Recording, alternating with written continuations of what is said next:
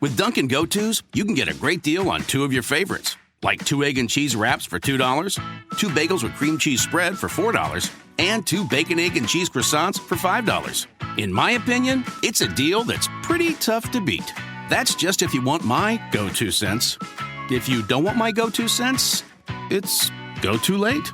Dunkin' Go-Tos, a great deal for $2, $4, or $5. America runs on Dunkin'. Participation may vary. Limited time offer. Exclusions apply. Here's the story very, very quickly. Giants went to the Super Bowl. They lost to the Baltimore Ravens. The 2001 season got underway with the Giants playing Monday Night Football on September 10th, 2001 in Denver against the Broncos. Big night for Brian Griese. Anyway, the Giant game ends in Colorado late Monday night, going into Tuesday morning, and the Giants are flying back to New Jersey that early morning of September the 11th, 2001. And as we know, a couple of hours later, the world will change. Well, the head coach of the Giants at the time is a guy that's gone on to become a very, very good friend of mine. I love this guy. And we were friendly when he was coaching the Giants. We had our back and forths. But we share a mutual respect. He's a wonderful guy, a great guy. And he was the coach of the Giants, and he went on, like Bobby Valentine, the manager of the Mets, and Joe Torre, the manager of the Yankees, and others in this city, to become very important figures, even though they were sports people, very important figures the weeks after 9/11. With that said, here he is live in New York today because he was with Sal last night in Brooklyn at MCU Park, the former coach of the Giants, Jim Fassel. Jimmy, how are you, pal?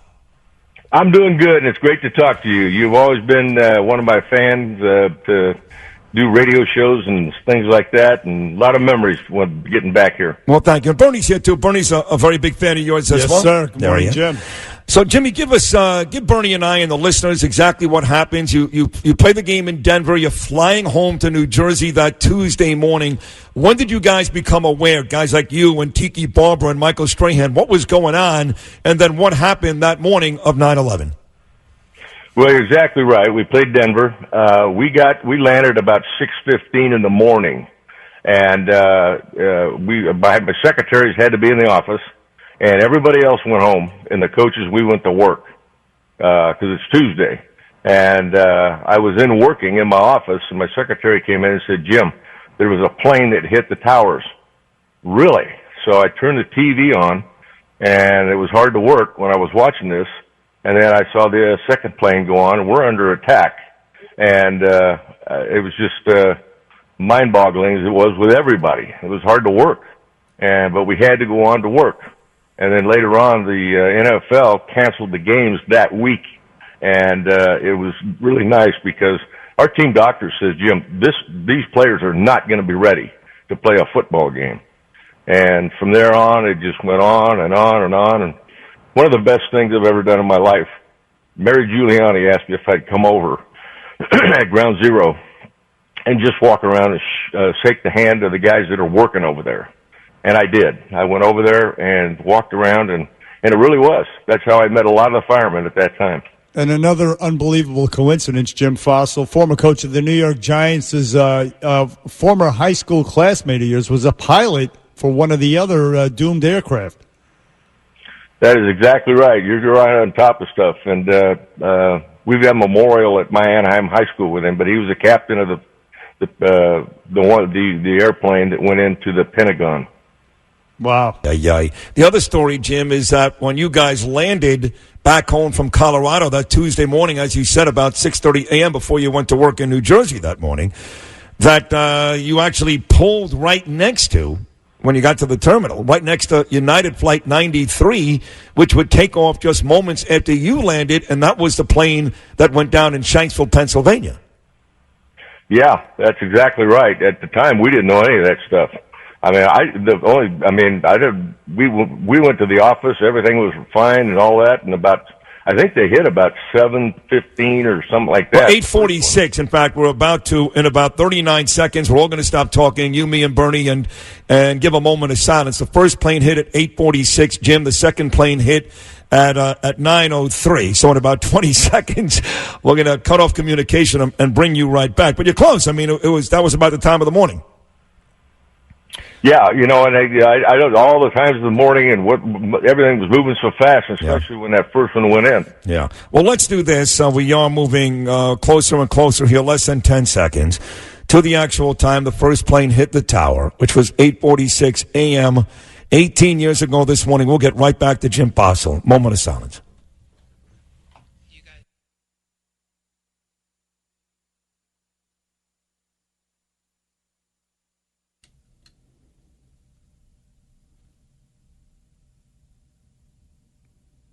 Of course, that was the American Airlines Flight 11 from Logan Airport that hit the North Tower at 8:46, our moment of silence.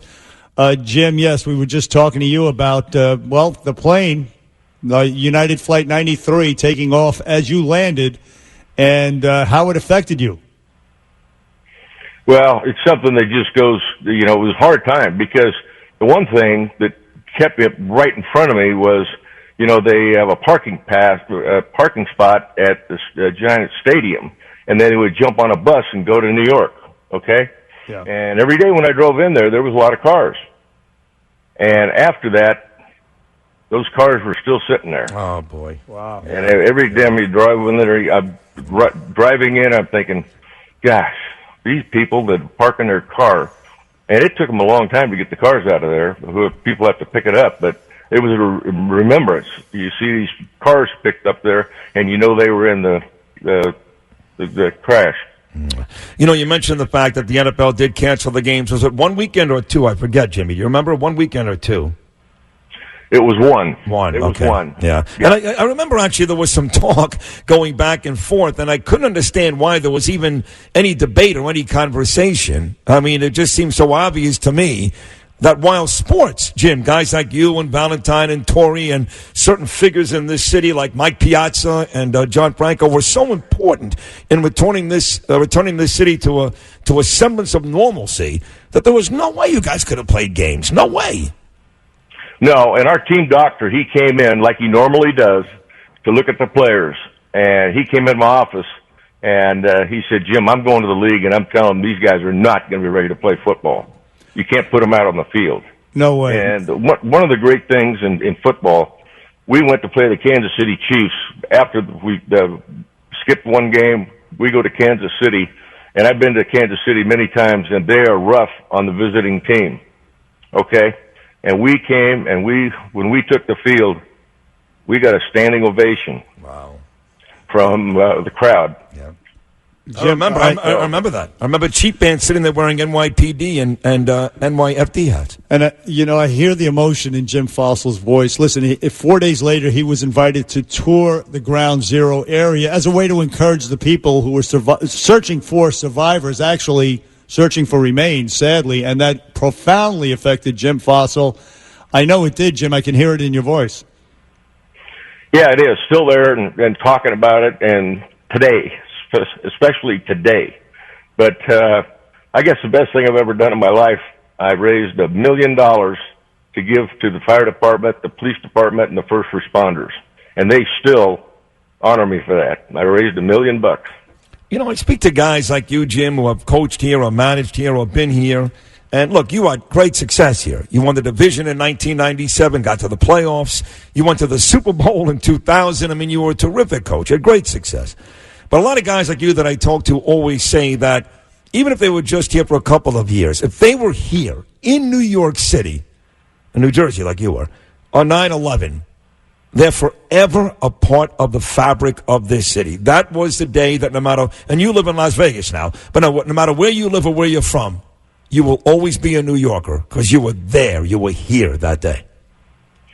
Well, thank you for saying that because I feel that way. And I come back here every year. At least at this time. And the fire department, the police department, those guys they're anxious to have me come back and a luncheon and all that stuff. They don't forget the people that helped them at that time. And I did the most I could do.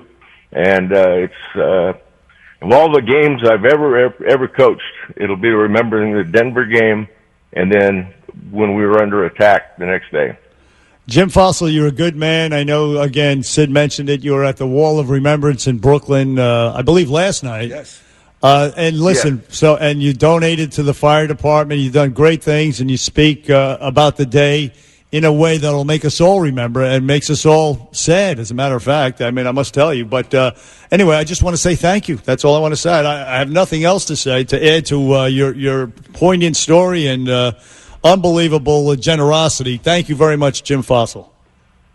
Well, thank you for having me, and I've got a lot of memories in my house that the fire department gave me and things like that, and I still it in my office in my house. Yeah. Well, listen, Jimmy, we love you. Thank you so much for hopping on today. And I echo what Bernie just said. Thank you for all you did in those weeks after 9/11 and helping return our city and our country to a sense of normalcy. Thank you, my friend.